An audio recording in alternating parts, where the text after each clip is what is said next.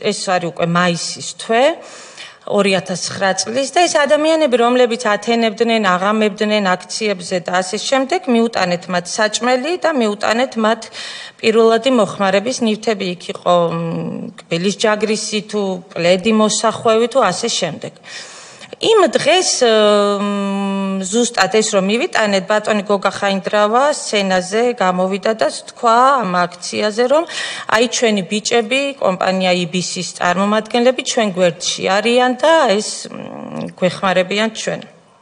მეორე დღიდან დაიწყო ჩვენი ჯოჯოხეთი, ჩვენ ოჯახებზე ზეწოლა, დილის საათებში, ერთ-ერთ ჩვენ საკუთრება მაღაზიაში, ავლაბრის, ქეთევან-წამებულის მისამართზე დილის საათებში შედის შევარდნით ფინანსური პოლიციის სპეცრაზმი ავტომატებით, ნიღბებით შედიან დირექტორს უკეთებენ ხელბორკილებს, გამყიდველი კონსულტანტი გოგოებს აწვენენ იატაკზე, ზოგს კედელზე აყუდებენ, გვილუქავენ ესე მაღაზიას და გვიბარებენ, რა თქმა უნდა, გვიბარებენ და გვეუბნებიან, რომ თქვენ საგადას რაღაც გადახდებს მალავთ და არა გაქვთ ყველაფერი წესრიგში.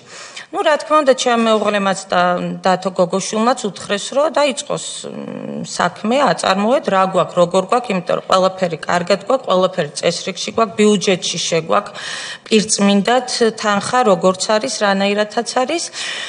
მეორე დღეს ბატონი დავით საგანელიძე გამოდის აქციაზე და ამბობს, რომ უკვე დაიწყო ზეწოლა აი ამ ბიჭების, ვინც გუშინ ჩვენ საჭმელი მოგვაწოდა და ჩვენ გვერდით იდგა.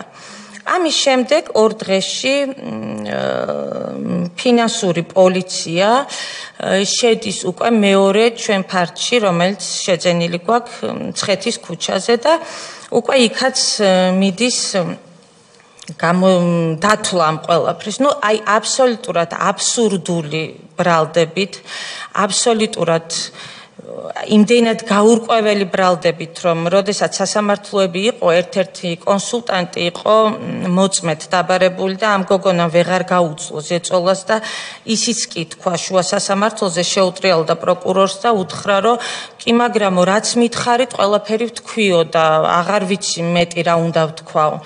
Ну, აი ძალიან აბსურდული ბრალდება იყო ეს ყველაფერი. ამ ჩვენ მაღაზიების ქსელში დასაქმებული ყავდა 400-მდე ადამიანი. სულ იყო 15 მაღაზია.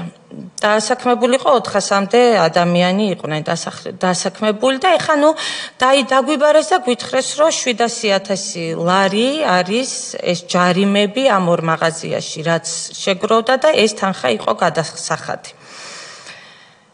რა თქმა უნდა, გაუწია ჩემმა მეუღლემაც და დათო გოგოშვილმაც წინააღმდეგობა, იმიტომ რომ ეს იყო აბსურდული და ეს თანხას არ ეთანხმებოდნენ, რომ ეს თანხა იყო გადასახადი და უკვე ცხადი იყო, რატომაც მოხდა ეს ყველაფერი და რა ზეწოლაც იყო.